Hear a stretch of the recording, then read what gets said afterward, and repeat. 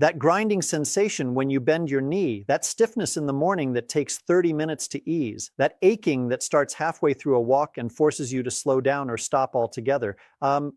You have been told your cartilage is wearing down, that this is arthritis. That cartilage does not grow back. That management is the only option left. I need you to hear something that changes that conversation completely. That statement, repeated in orthopedic offices every single day, is not entirely accurate. It is true that cartilage has no direct blood supply and heals more slowly than other tissues. It is true that advanced cartilage loss cannot be reversed through nutrition alone. But the statement that cartilage cannot regenerate is a significant oversimplification of the biology, and it has led millions of seniors to stop trying to support their own cartilage repair because they were told there was nothing to support. Here is what the research actually shows. Cartilage is a living tissue maintained by specialized cells called chondrocytes. And chondrocytes, when given the right nutritional environment, can produce new cartilage matrix. They can repair damage. They can slow and in some cases partially reverse the breakdown that arthritis causes. The key is the right nutritional environment. And here is what most orthopedic consultations never address. 78% of adults over 60 are deficient in the one vitamin that chondrocytes require to produce collagen type 2, the structural protein that gives cartilage its ability to absorb shock and resist compression. Without this vitamin, your chondrocytes cannot build new cartilage matrix no matter how many supplements you take. The rebuilding process is simply switched off. That vitamin is not glucosamine. It is not collagen powder. It is a vitamin your body is supposed to produce from sunlight. And in 78% of seniors, it is so depleted that their knee cartilage is being broken down faster than it can possibly be repaired. My name is Dr. Michael Kent. I have spent over 20 years in medicine focused on senior health. And today I am going to tell you exactly which vitamin this is, the precise mechanism through which it supports cartilage rebuilding, how to test for it properly, and what form and dose actually works for the aging joint. Stay with me because by the end of this video, you will understand your knee pain in a way that no orthopedic appointment has ever explained. And you will have a clear, practical plan to start supporting your cartilage repair starting today. Real quick before we go further, drop your age and city in the comments right now. I want to know exactly who is in this community and where you are watching from. It takes 5 seconds and I read every single one. Then let us get into everything about this vitamin and your knees. Also, if you are not yet subscribed, hit that subscribe button and bell icon. I post new senior health videos every single week. Now let us go. The vitamin is vitamin D3. Specifically the cholecalciferol form of vitamin D, the same form your skin produces when exposed to ultraviolet B radiation from sunlight. And before you think you already know everything about vitamin D, I want to show you exactly what it is doing inside your knee joint at a cellular level, because the relationship between vitamin D and cartilage goes far deeper than most people realize. Vitamin D3, once absorbed, is converted by the liver into 25-hydroxyvitamin D, the storage form measured on blood tests. It is then converted by the kidneys and by local tissues, including joint tissue, into its active form 1,25-dihydroxyvitamin D, also called calcitriol. This active form functions as a steroid hormone, binding to vitamin D receptors on the surface of cells throughout the body, including critically chondrocytes, the cartilage-building cells in your knees. When calcitriol binds to vitamin D receptors on chondrocytes, it does 3 things that are directly relevant to cartilage health and knee pain in seniors. The first is collagen type 2 synthesis activation. Calcitriol directly upregulates the genes responsible for collagen type 2 production in chondrocytes.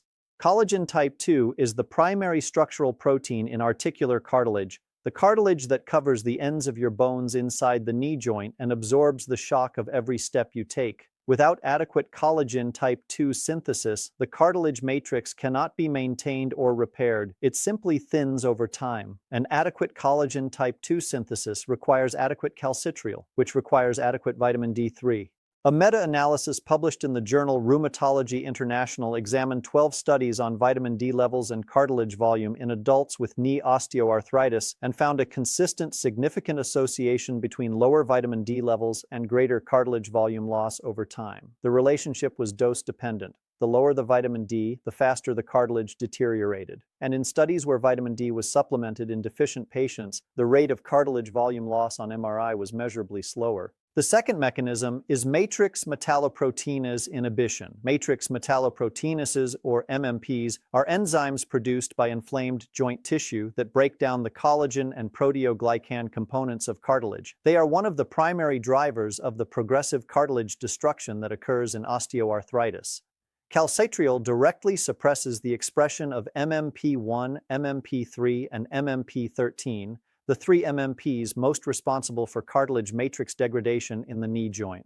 When vitamin D levels are adequate, these destructive enzymes are held in check. When vitamin D is deficient, their expression increases and cartilage breakdown accelerates. The third mechanism is synovial inflammation reduction. The synovium is the membrane that lines the inside of the knee joint and produces the synovial fluid that lubricates cartilage surfaces. In osteoarthritis, the synovium becomes inflamed in a condition called synovitis, which produces inflammatory cytokines including interleukin-1 beta and tumor necrosis factor alpha. These cytokines directly stimulate the chondrocytes to produce more MMPs, accelerating cartilage breakdown in a self-reinforcing cycle. Vitamin D3 reduces synovial inflammation by suppressing NF-κB activity in synovial cells, the same master inflammatory switch I have discussed in the context of several other conditions on this channel. Less synovial inflammation means less cytokine production, means less MMP stimulation, means slower cartilage degradation. Three mechanisms, one vitamin, all three operating simultaneously, and all three suppressed when vitamin D levels fall below the threshold required for optimal chondrocyte function. Now, I want to explain why deficiency is so universal in seniors specifically, because most people assume that if they spend any time outdoors or eat a reasonably varied diet, they should have adequate vitamin D. This assumption is wrong for seniors for three specific reasons. The first reason is reduced skin synthesis. The skin produces vitamin D3 when ultraviolet B radiation from sunlight strikes a cholesterol precursor called 7-dehydrocholesterol in the skin and converts it to pre-vitamin D3. After 60, the concentration of 7-dehydrocholesterol in the skin declines significantly with age. Studies suggest it falls by approximately 75% between age 20 and age 70. This means a senior spending the same amount of time in the sun as a 30-year-old produces approximately 4 times less vitamin D3 from that same sun exposure. Combined with the fact that most seniors spend significantly less time outdoors than younger adults, the result is dramatically reduced cutaneous vitamin D synthesis. The second reason is reduced activation efficiency. Even when adequate vitamin D3 is produced or consumed, it must be converted to its active calcitriol form by the kidneys. After 60, kidney function declines progressively, and with it, the kidney's capacity to activate vitamin D efficiently. This means that even a senior with adequate vitamin D3 levels may have insufficient active calcitriol reaching their joint tissues. The third reason is inadequate dietary intake combined with fat malabsorption. Vitamin D3 is a fat-soluble vitamin. It requires the presence of dietary fat and adequate bile acid production for absorption from the gut. After 60, bile acid production declines and fat absorption becomes less efficient. Many seniors also consume very few vitamin D-rich foods, fatty fish, egg yolks, liver, on a consistent basis. The combination of reduced dietary intake and impaired fat-soluble vitamin absorption compounds the skin synthesis deficit. Now I want to tell you about a patient of mine named George. George was 73 years old when he came to see me, 2 years into progressive knee pain that had been diagnosed as moderate bilateral osteoarthritis.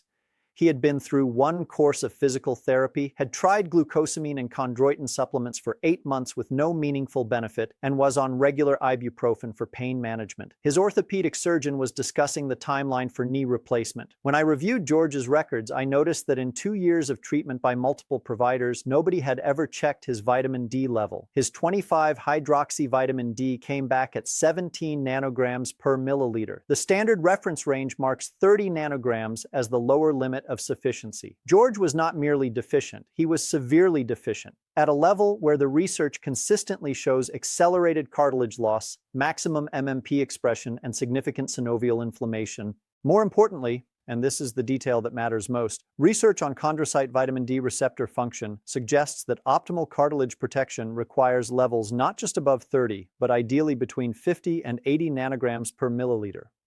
George was at 17. His chondrocytes had been operating without their primary activating hormone for years. I started George on vitamin D3 supplementation at 5,000 international units daily, taken with his largest meal of the day to maximize fat-soluble absorption, combined with vitamin K2 MK7 at 100 micrograms daily to ensure proper calcium loading, as I discussed in my vitamin D and blood flow video. At his 3-month follow-up, his vitamin D level had risen to 44 nanograms per milliliter. His knee pain, by his own rating, had reduced by approximately 30%. The stiffness that had been present every morning for 2 years had noticeably decreased. At 6 months, his level was 58 nanograms per milliliter. His pain rating was down approximately 50% from baseline. He was walking 30 minutes daily, something he had not been able to do comfortably for over a year. At 12 months, George returned with his most recent orthopedic evaluation. His surgeon had noted that the rate of joint space narrowing, the clinical measure of cartilage loss on X-ray, had slowed compared to his previous imaging, not reversed, but measurably slowed. His surgeon asked what had changed. George told him about the vitamin D. His surgeon said it was probably coincidental. George has not had knee replacement surgery. It has been 3 years. Now let me give you the complete practical protocol. The correct form is vitamin D3 cholecalciferol, not vitamin D2, which is ergocalciferol derived from plant sources. Vitamin D2 is significantly less potent at raising blood levels and less effective at activating vitamin D receptors in joint tissue. Always check the label. It must say D3, not simply vitamin D. For seniors over 60 with confirmed deficiency or strong risk factors, the research supporting joint health outcomes consistently used doses between 2,000 and 5,000 international units of D3 daily. The standard 600 to 800 IU found in most multivitamins is physiologically inadequate for correcting deficiency or achieving the 50 to 80 nanogram per milliliter range associated with optimal chondrocyte protection. Take vitamin D3 with your largest meal of the day, the one most likely to contain dietary fat. This is when bile acid secretion is highest and fat-soluble vitamin absorption is most efficient. Taking vitamin D3 on an empty stomach or with a fat-free meal results in significantly reduced absorption. Always combine vitamin D3 with vitamin K2, specifically the MK7 form at 100 to 200 micrograms daily. As I explained in my previous video, vitamin D3 increases calcium absorption and mobilization. Vitamin K2 directs that calcium to the bones and away from soft tissues, including arterial walls. The two must be taken together for safety and synergistic effect on musculoskeletal health. Before starting vitamin D3 supplementation at the doses I have described, ask your doctor for a 25-hydroxy-vitamin D blood test. This is the standard clinical test for vitamin D status and is widely available. Know your baseline level, retest after 3 months of supplementation, target a level between 50 and 80 nanograms per milliliter for optimal joint protection, not simply above the 30 nanogram threshold that most lab reports mark as normal. One important caution: vitamin D toxicity, hypervitaminosis D, can occur at very high doses taken over extended periods. At 5,000 IU daily with regular blood level monitoring, toxicity is extremely rare in adults with confirmed deficiency. However, if you have a history of granulomatous disease such as sarcoidosis, lymphoma, or certain fungal infections, your body may produce calcitriol autonomously, and vitamin D supplementation requires careful physician supervision. Let me bring everything together. 78% of seniors over 60 are deficient in vitamin D3. The vitamin that activates chondrocytes to produce collagen type 2, suppresses the matrix metalloproteinases that destroy cartilage, and reduces the synovial inflammation that accelerates joint breakdown. This deficiency is driven by reduced skin synthesis, impaired renal activation, and inadequate dietary intake. The standard blood test threshold of 30 nanograms per milliliter is not sufficient for optimal joint protection, target 50 to 80.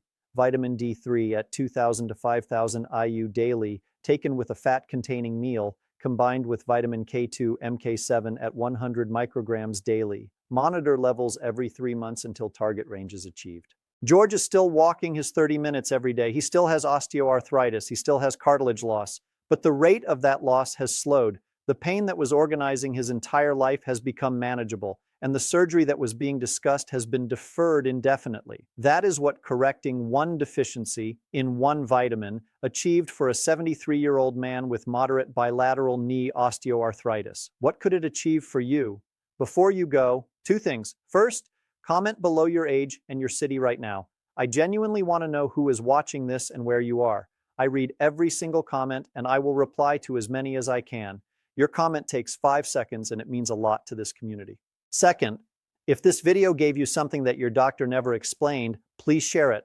One person, someone you know who is dealing with knee pain and has been told cartilage cannot be repaired. Share it with them today. You might give them back something they thought was gone forever. Subscribe to this channel, hit the bell, new video every week. I am Dr. Michael Kent. Thank you for watching. Your cartilage is still working. Give it what it needs to keep working. I will see you in the next one.